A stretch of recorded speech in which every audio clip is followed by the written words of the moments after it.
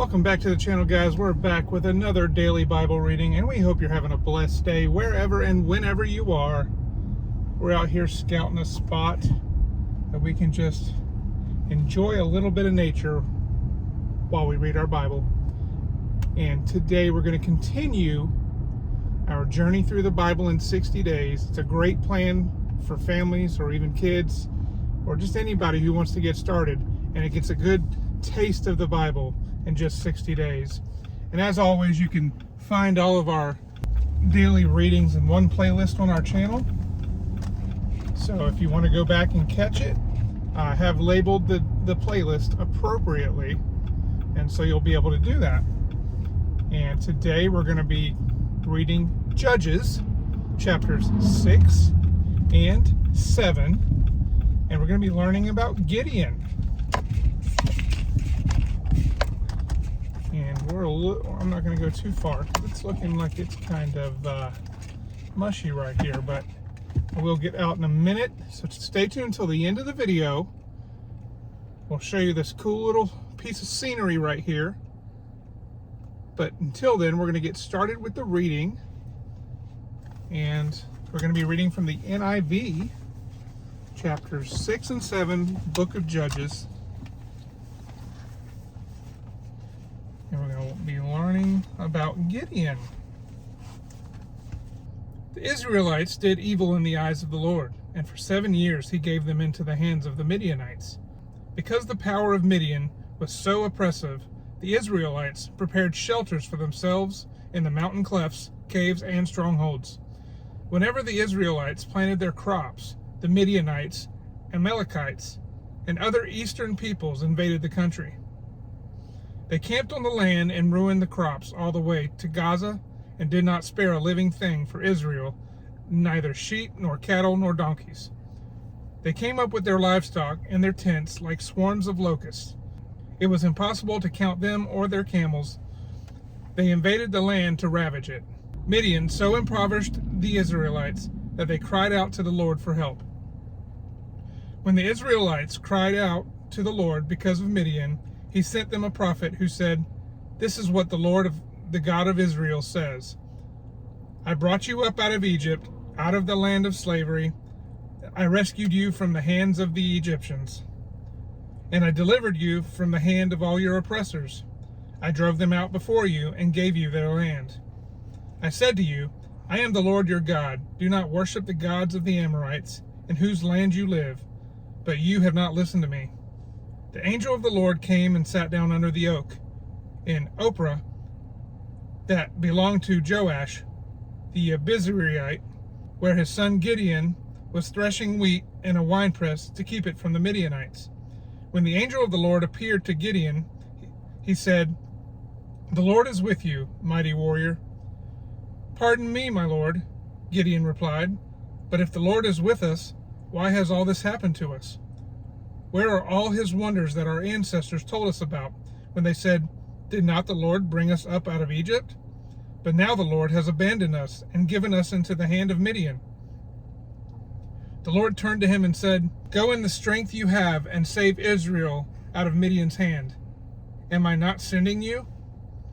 "Pardon me, my lord," Gideon replied, "but how can I save Israel? My clan is the weakest in Manasseh, and I am the least in my family." The Lord answered, "I will be with you, and you will strike down all the Midianites, leaving none alive."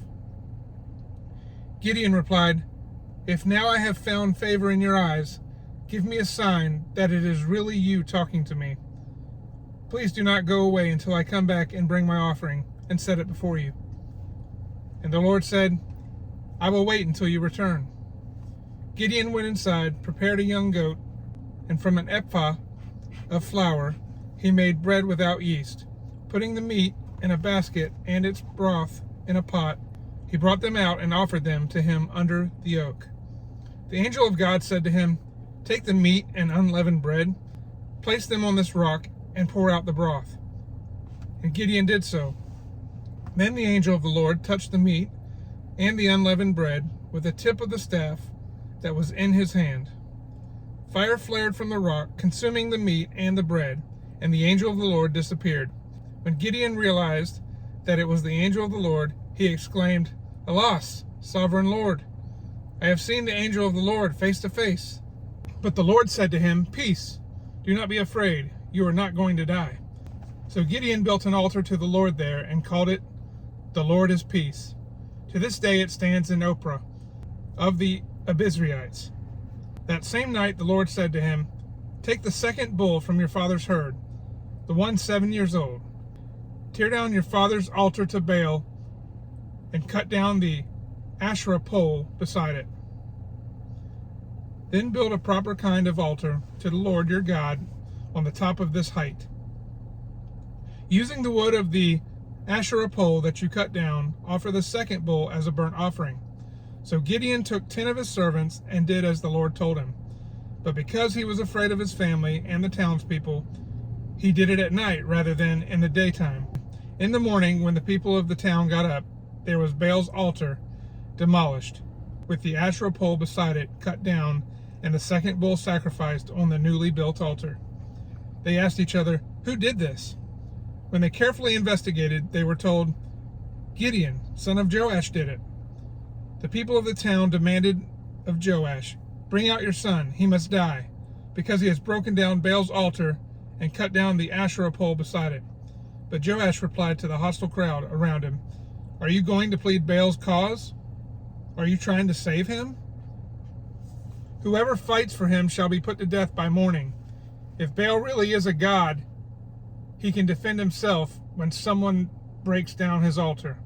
So because Gideon broke down Baal's altar, they gave him the name Jerubbaal that day, saying, "Let Baal contend with him."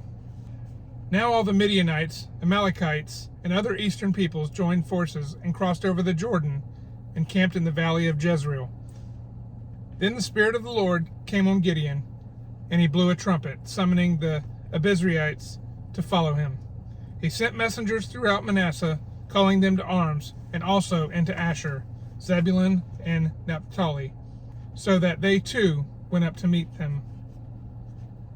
Gideon said to God, "If you will save Israel by my hand, as you have promised, look, I will place a wool fleece on the threshing floor. If there is a dew only on the fleece and all the ground is dry, then I will know that you will save Israel by my hand, as you said." And that is what happened. Gideon rose early the next day. He squeezed the fleece and wrung out the dew, a bowl full of water. Then Gideon said to God, "Do not be angry with me. Let me make just one more request. Allow me one more test with the fleece, but this time make the fleece dry and let the ground be covered with dew." That night God did so. Only the fleece was dry. All the ground was covered with the dew. All right, now Jet's going to read chapter 7. Gideon defeats the Midianites. Early in the morning, Jerubbaal, that is Gideon, and all his men camped at the spring of Harod.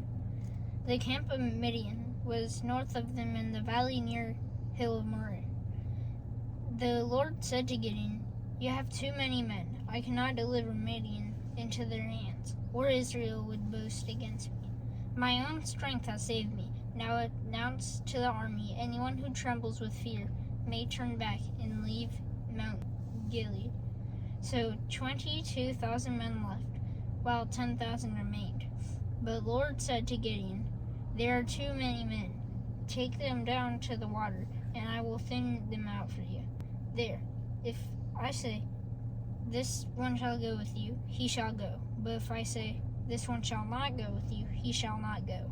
So Gideon took the men down to the water.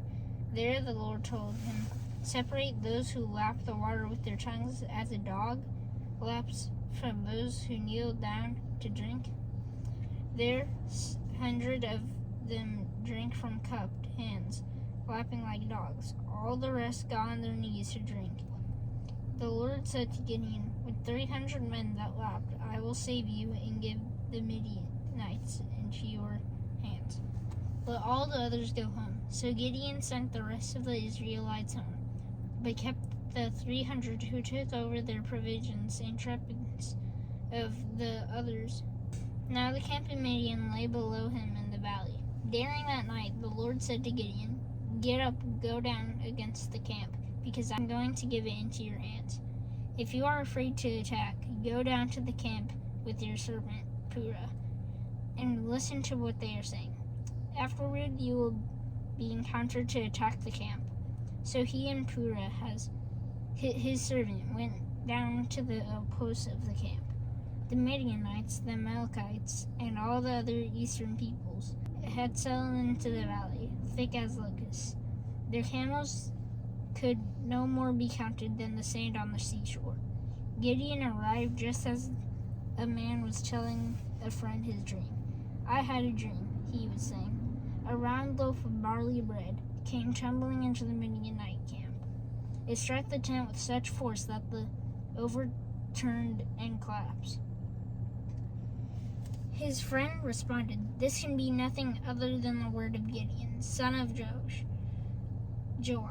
The Israelite God had given the Midianites and the whole camp into his hands." When Gideon heard the dream and its interpretation, he bowed down and worshipped. He returned to the camp of Israel and called out, "Get up, the Lord has given the Midianite camp into your hands." Dividing into the 300 men into 3 companies, he placed trumpets and empty jars in the hands of all of them, with torches inside. "Watch me," he told them. "Follow my lead. When I get to the edge of the camp, do exactly as I do. When I and all who are with me blow our trumpets, then from all around the camp blow yours and shout for the Lord and for Gideon."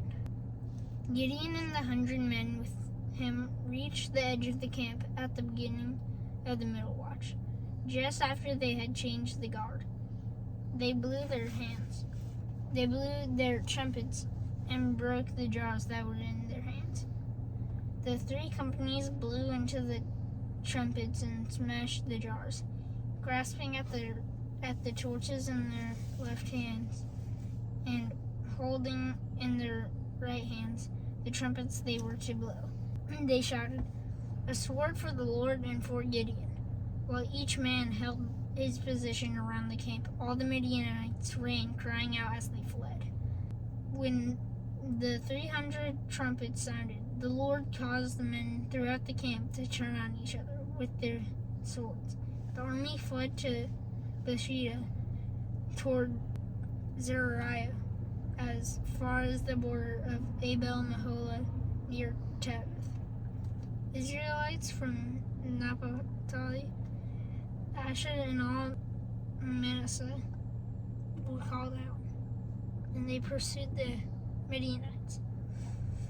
Gideon sent messengers throughout the hill country of Ephraim, saying, "Come down against the Midianites, and seize the waters of the Jordan ahead of them as far as Beth-Barah."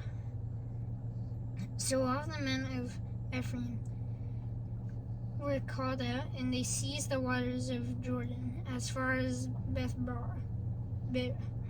They also captured 2 of the Midianite leaders, Oreb and Zeb. They killed Oreb at the rock of Oreb and Zeb at the winepress of Zeb. They pursued the Midianites and brought the heads of Oreb and Zeb to Gideon, who was by the Jordan. Good job, Jet. A lot of hard words in there. Like I said in previous videos, we're just a regular group of kids and parents that don't know all these hard words. Yeah, we're not theologians. We're just reading the Bible and doing the best we can with the words that we're given. But with all that being said, I promised you to show you a little bit of scenery. We're going to do that. We're going to close out the video. But don't forget to join us on the next one. Remember, we're a family channel. We like to share content 7 days a week. We try. Monday through Friday is our Bible readings. And Saturday and Sunday, we try to put some fun videos out for you. So, until next time, God bless. Let's show you some of the scenery.